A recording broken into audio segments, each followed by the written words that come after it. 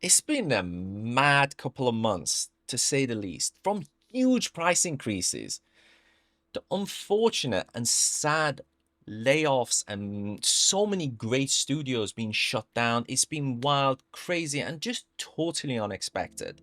Then, somewhere along the line, guys, over the past week, we have had this crazy rumor that Microsoft might cancel the next gen console. Honestly, I never did a video on it because I never believed that was ever going to happen.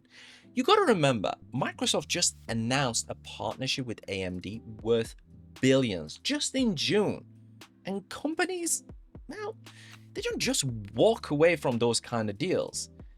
But what's really interesting is how suddenly we've had this, how shall I put it, influx of leaks, random insiders, and then out of nowhere, very strangely timed, Mark Cerny shows up in an interview talking about the future of PlayStation alongside AMD. Now, things are starting to get interesting because we're not just hearing rumors anymore, we're seeing the shape of what's coming next. And not just when these consoles might launch, but what kind of system they're going to be. Oh my god. Like, usually guys with spec leaks, they tend to be when the console is being announced and we're only like 6-7 months before, but we're actually seeing like a tech sort of leaking out long before, even before it being announced, which is just crazy. And I think there's a reason for that. But let's address another news that was kind of came out over the past week, which is very relevant because we can all agree probably the Activision Blizzard deal, I think that was the worst move Xbox has ever made.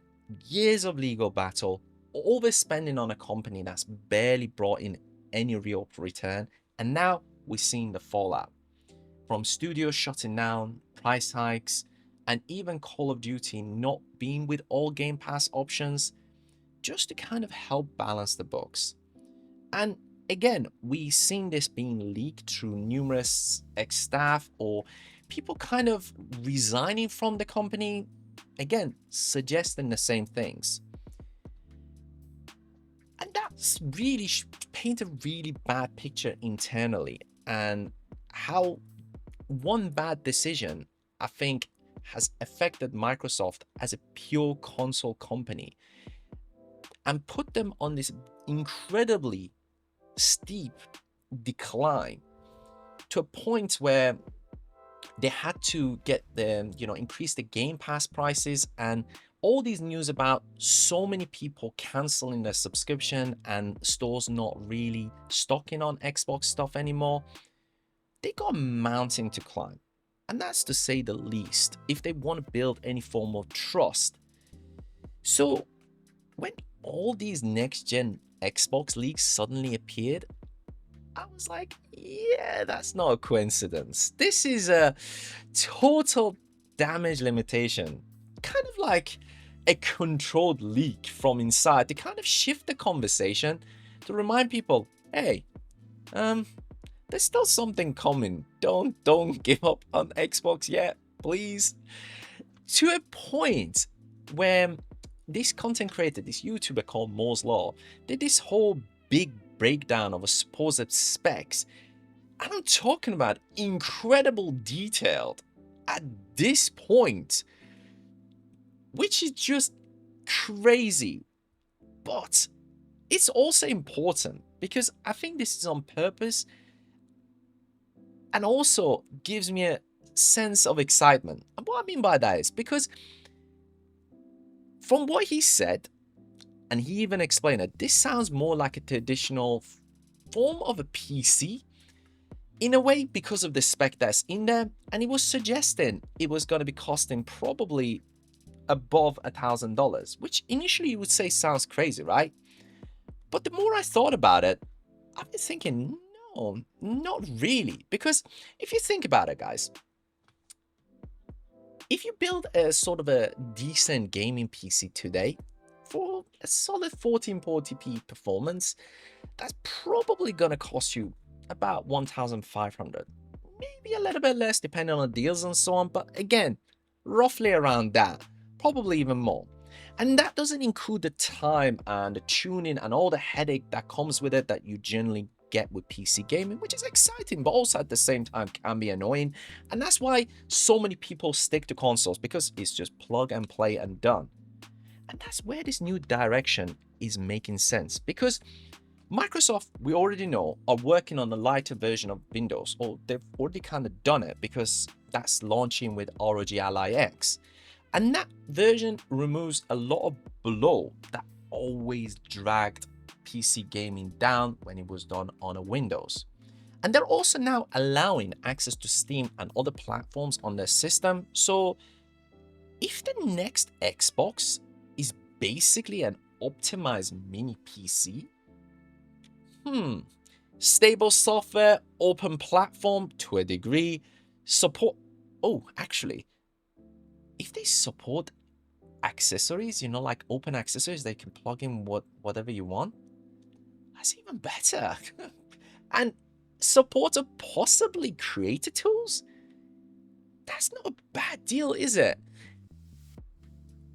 Especially if you think about it, that's the direction where Steam Deck and Steam's new console was going. And why everybody was so attracted to it was because it was running Linux and it didn't have the bloat on Windows. Well, if you're getting the support of Windows, but you don't get the bloat of Windows, that sounds damn right good to me anyway. But what it comes really down to is the price. And I'll say this is very important. In my opinion, if Microsoft are smart, after the year they've had, they need to be thinking they need to take a bit of loss up front to win players back. If they can position it more like an open PC-like console that undercuts building your own rig, well, I would say to that, hell yes, because if I have a gaming PC pretty much that I can plug in keyboards and all these sort of things that doesn't have the bloat of Windows, and I can easily use it same as I do with PC in a way for creating content and so on, that sounds amazing, especially if it undercuts me building my own rig. Brilliant. Now, that is going to bring us to Sony, and the timing here is really interesting because this is right in the middle of Xbox noise, and I think they did it on purpose to, first of all, capitalize slight downfall of Microsoft in a way, but also Mark Cerny sitting down with AMD and basically confirming what we already been suspected, that PS6 is in works. Well, he didn't say it directly, but come on. His comments about future console tech, better lighting, compression systems, and next-gen hardware features. Yeah, it's pretty damn obvious what he was talking about. Might as well just say it. But it's interesting in a sense because what he's talking about again is Sony noticed Microsoft partnership with AMD and they're like, oh, we want a piece of that pie as well. And that is important because first of all, we're not going to see Nvidia versus AMD split anymore. And most likely, the core tech behind both consoles are going to be same. And where it kind of makes a difference is how the approach is going to be. And from what it sounds like from the, all these leaks and so on, Sony's sticking now to a kind of more traditional console design and maybe even experimenting with these dockable handhelds and so on. I think that's very risky because you got to remember the new PlayStation 5 Pros are like $700.